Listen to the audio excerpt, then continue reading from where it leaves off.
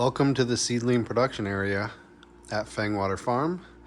This is actually where I grow all the transplants or seedlings for the SoSuCo Research and Demonstration Farm for extension, as well as our personal market farm areas here at Fangwater Farm. So this isn't ideal, but this type of setup is better than windowsills. It's better than an unheated high tunnel. Better than this would be obviously a fully automated greenhouse system with potentially supplemental lights. But a high quality light rack system, you can grow some really great quality transplants if you have a few systems in place. So this whole system has kind of evolved, and what I initially started with was way down here are these grow racks that you can buy kind of pre-manufactured. This one's from Johnny's Selected Seeds. I believe it was $400 or $500. These come with the really low quality T12 fixtures that you can see there. And forever, that's all Johnny's sold, or what you could find were these T8. I'm sorry, T12 or T8s. These are T8s. But somewhat more recently, I've upgraded to the T5 high output fluorescent lights. Here's a 6 light bay, and you can see this one you can switch between 2 middle on, all on, or just those on. So these are switchable. And these high intensity fluorescents put out a lot of high quality light. I've subsequently started experimenting with replacing everything with LEDs. So I kind of got these somewhat cheaper LEDs that you can find on Amazon to kind of supplement some of the lighting. And then I'm gradually starting to replace the T5 fluorescents with those LED T5 bulbs that you can see underneath here. And these bulbs, I can't remember the name of the company, but they're supposed to be really high output PAR lights. And they're very expensive. It was like $100 for 4 of them. So it's going to be expensive to replace all these T5 fixtures with those. So this is the setup.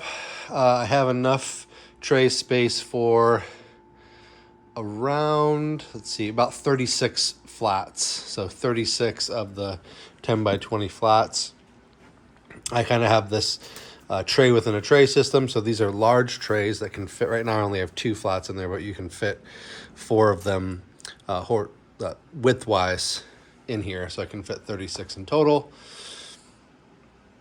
One new thing I'm trying out this year is I got some different size wind strip trays. So traditionally I've been using the soil blocks that you see here, but I had some older wind strip trays that were 164, but I got a variety pack from Neversink Farm. This is a 128. Here's a 72. Here's another 72. And then these are 50s down here that I have these tomatoes growing in right now. Really interesting tray. They replicate soil blocking to a certain degree. Here is a lettuce transplant. I'm going to pull out of there.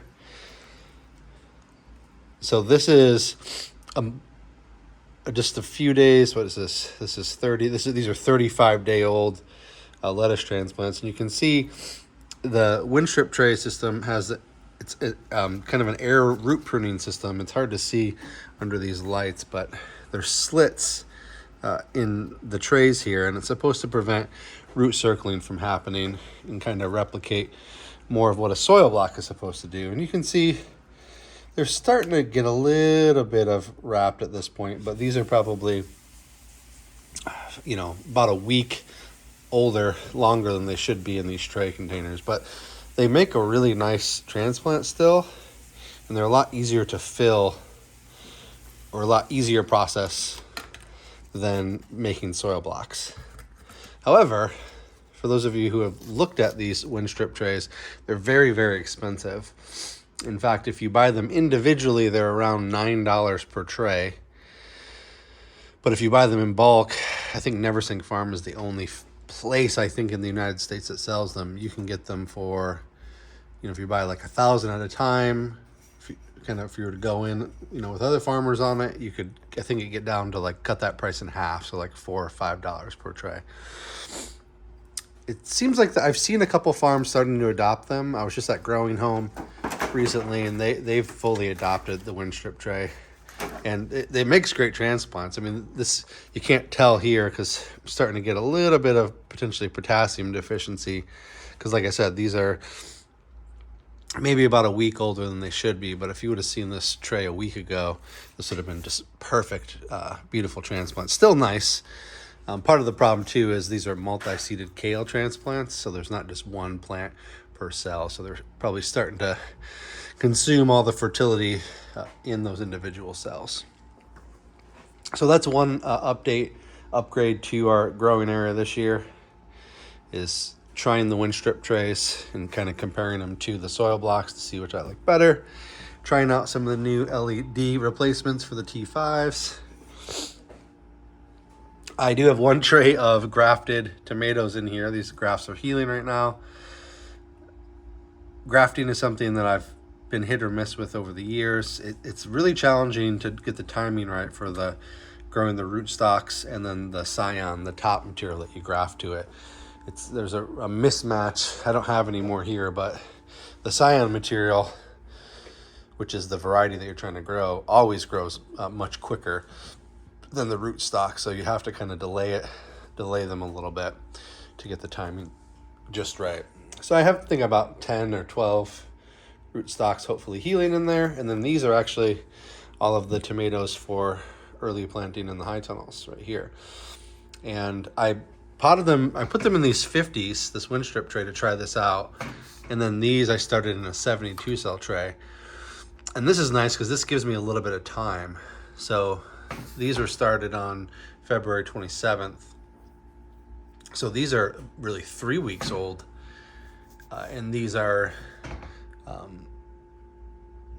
these are these are a little over 3 weeks old. These are just about 3 weeks old. So I can hold these in here a little bit longer before I have to pot them up, which is nice because I have limited space in here. But I think the idea with these 50s is if you, maybe let's say we're growing a 4 to 5 week old transplant, which these are about 2 weeks away from being a 5 week old transplant. You could probably just grow them in these 50s, but you'd have to get them out really quickly or else pot them up. I'm going to grow these out a little bit bigger into the 4-inch pot, so I will pot these up to 4-inch pots and grow them under the lights for about 6 to 7 to 8 weeks before we set them out. The other thing I did with these sort of modular bench systems that you see here, for larger transplants, I've adjusted this bottom shelf here so I can truly adjust this light up and down to account for especially tomatoes, because the tomato crops will get almost this high by the time they're 8 weeks old and ready to set out. This bench and this bench, I have limited amount of space that I can adjust these, so the crops can only grow so high. This T8 bench has a little bit more adjustability, but it's not as intense in terms of light production, which is why I added these supplemental LEDs here to complement these. So really, it's all really about light quality, is having really good high quality light, a good tray system that you like, and then ultimately a good media mix that you also like to work with too. And the media mix for this is a custom blend that I make here from peat, compost, perlite, and then some nutrient and microbial additives that I add to it. And then I usually add a little bit of this cease, this biofungicide, this Bacillus subtilis, and that gives me hopefully a little bit of damping off protection for germination. Oh, I should also mention I have a heating mat here under this light and a thermostat heat mat under there, so I can heat 2 different zones, up to 4 trays in each, so I can provide bottom heat for up to 8 trays, and I have a smaller heat mat over here as well if I need it for some extra seed starts. And the bottom heat's really important for warm season crops. Not as much for cool season crops, although I will set cool season crops like you see here at about 75 degrees to get them to germinate quickly. So that's it. That's just a quick tour. I wanted to show you my setup, and we'll take a look at SoSuCo. And hopefully I've either already shown you or after this cut, you'll be seeing planting out of these transplants, the first transplants into the high tunnel. Oh, there was one other thing. Here's my a system I tried this year that I was okay with. It's essentially a big microgreen tray, but it's a 4-inch deep box with a custom media mix, kind of based on Mel Bartholomew's old original book from Square Foot Gardener. He talks about building these kind of wooden tiny raised beds that you can put under your lights. And I built 3 of them, was growing different baby crops in them, but ultimately I think just growing microgreens in them is useful. And I have a few successions of micros here and a little bit more space on this side for more plantings. But quickly I'm going to need this space for transplant, so I'm only going to be growing microgreens under here for a short while longer. Oh, here's a couple of the emptied out boxes that I built, kind of miniature raised beds. Okay, so just wanted to give you a couple updates, and hopefully you're having a great growing season and a start to this spring in 2023. All right, take care.